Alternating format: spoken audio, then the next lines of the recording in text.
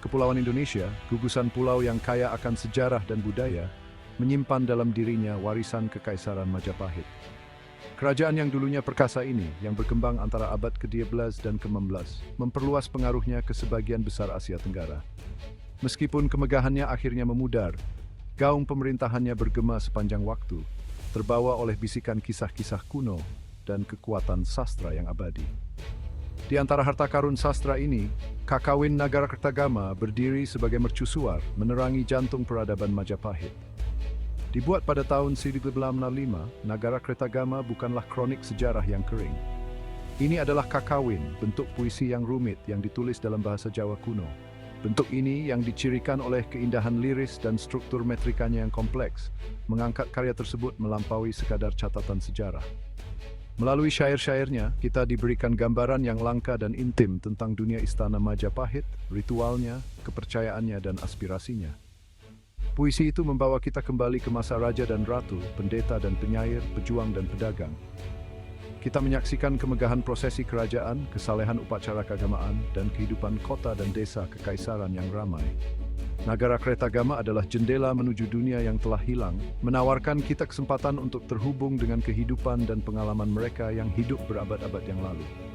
Namun, Nagarakretagama lebih dari sekadar artefak sejarah.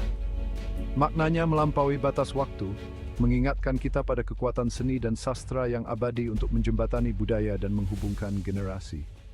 Melalui syair-syairnya, semangat Majapahit tetap hidup, menawarkan wawasan berharga tentang periode penting dalam sejarah Asia Tenggara. Di balik setiap karya seni yang hebat, berdiri seorang pencipta, dan Kakawin Nagarakretagama tidak terkecuali. Penulisnya, Empu Prapanca, adalah seorang pujangga istana dengan bakat luar biasa yang sangat mengabdi kepada rajanya, Hayam Wuruk, penguasa keempat Majapahit. Kesetiaan dan kaguman Prapanca pada Hayam Wuruk teraba dalam setiap bait puisi tersebut, melukiskan potret seorang penguasa yang bijaksana dan welas asih. Saat itu tahun 1365 dan Kekaisaran Majapahit berada di puncak kekuasaannya. Hayam Wuruk dengan penasihat kepercayaannya Gajah Mada di sisinya, telah memperluas jangkauan kekaisaran ke sebagian besar Asia Tenggara, menjadikan Majapahit sebagai kekuatan dominan di wilayah tersebut. Era perdamaian dan kemakmuran ini memberikan lahan subur bagi ekspresi artistik, dan Empu Prapanca memanfaatkan kesempatan tersebut untuk menciptakan sebuah karya yang akan mengabadikan raja dan kerajaannya. Nagarakretagama, meskipun merupakan penghormatan kepada Hayam Wuruk, bukanlah sekadar sanjungan istana. Prapanca dengan terampil memadukan pujian untuk pelindungnya dengan deskripsi yang jelas tentang kehidupan istana, praktik keagamaan, dan geografi kekaisaran. Puisi itu memberikan perspektif unik tentang pemerintahan Hayam Wuruk, menawarkan wawasan tentang kepribadiannya, kepercayaannya, dan aspirasinya untuk kerajaannya. Melalui mata Prapanca, kita melihat Hayam Wuruk bukan hanya sebagai raja yang berkuasa, tetapi juga sebagai penganut Buddha yang taat, pelindung seni, dan penguasa bijak yang sangat peduli dengan kesejahteraan rakyatnya. Nagarakretagama dengan demikian menjadi lebih dari sekadar panegyric untuk seorang raja. Itu berubah menjadi bukti nilai-nilai dan aspirasi peradaban di puncaknya. Kakawin Nagarakretagama, mahakarya sastra Jawa, bukanlah puisi sederhana untuk dibaca dengan santai. Ini adalah karya yang kompleks dan berlapis-lapis. Strukturnya dibuat dengan cermat untuk menyampaikan maknanya yang lebih dalam. Puisi tersebut terdiri dari 128 pupu, masing-masing dengan jumlah bait yang bervariasi, dengan total lebih dari 2000 baris puisi yang rumit. Memahami strukturnya adalah kunci untuk membuka harta karun yang tersimpan dalam bait-baitnya. Puisi itu dibagi menjadi beberapa bagian yang berbeda, masing-masing berfokus pada aspek tertentu dari kehidupan Majapahit. Pupu pembuka memperkenalkan kita pada istana Hayam Wuruk, melukiskan gambaran yang jelas tentang raja, keluarganya, dan ritual rumit yang mengatur kehidupan istana. Bagian selanjutnya menggambarkan geografi kekaisaran, merinci berbagai wilayah di bawah kendali Majapahit, dan menyoroti karakteristik unik mereka. Agama memainkan peran sentral dalam Nagarakretagama, dan beberapa pupu didedikasikan untuk menggambarkan lanskap keagamaan kekaisaran. Prapanca, yang dirinya seorang Buddhis yang taat, memberikan deskripsi rinci tentang kuil dan upacara Buddha, menawarkan wawasan berharga tentang praktik keagamaan saat itu. Puisi itu juga mengakui keberadaan agama lain, termasuk Hindu dan kepercayaan pribumi, yang mencerminkan pluralisme agama yang menjadi ciri masyarakat Majapahit. Nagara Kretagama bukan sekadar karya deskriptif, itu juga menggali tema-tema filosofis dan spiritual. Prapanca mengeksplorasi konsep dharma, jalan yang benar, dan menekankan pentingnya pemerintahan yang baik, keadilan, dan kasih sayang. Puisi itu berfungsi sebagai panduan bagi para penguasa, mendesak mereka untuk memerintah dengan kebijaksanaan dan kebajikan, menembutkan patromates sidlebat tegaanpa. Salah satu aspek yang paling menawan dari Kakawin Nagara Kretagama adalah penggambarannya yang jelas tentang Kekaisaran Majapahit. Prapanca membawa kita dalam perjalanan sastra melalui kerajaan, membawa kita dari jantung ibu kota yang ramai ke wilayah terjauh Kekaisaran. Melalui kata-katanya kita mengalami keragaman geografis kerajaan pulau ini, dari sawah yang subur di Jawa hingga pulau-pulau yang syarat rempah-rempah di timur. Puisi itu dibuka dengan deskripsi ibu kota kerajaan, Trowulan, yang menghidupkan kemegahan dan kemegahan Istana Majapahit.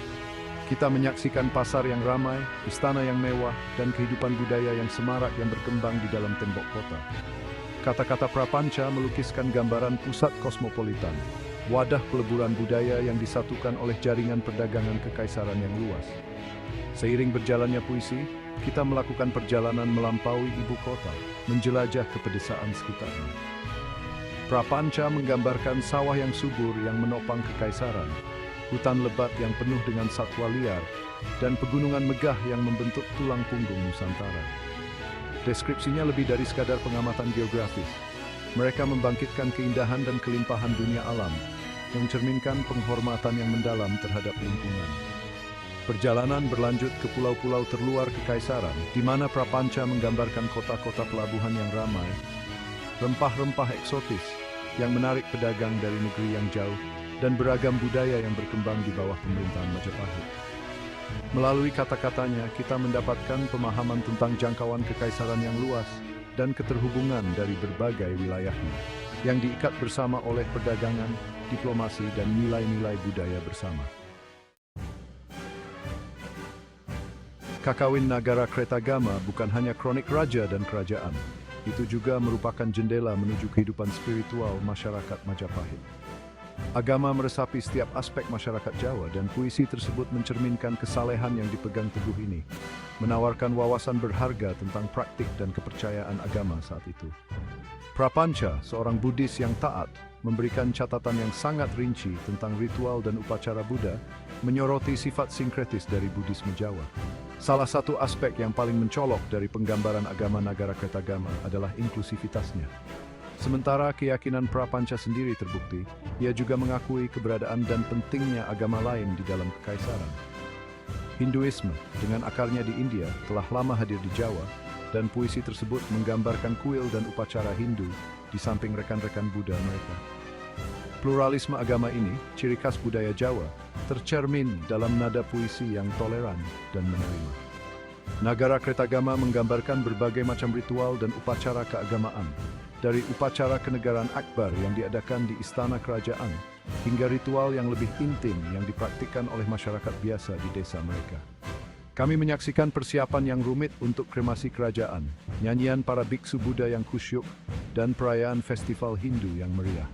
Deskripsi ini menawarkan gambaran sekilas tentang dunia spiritual masyarakat Majapahit, keyakinan mereka tentang hidup dan mati, dan hubungan mereka dengan yang ilahi. Puisi itu juga menyoroti peran penting yang dimainkan agama dalam melegitimasi kekuasaan kerajaan.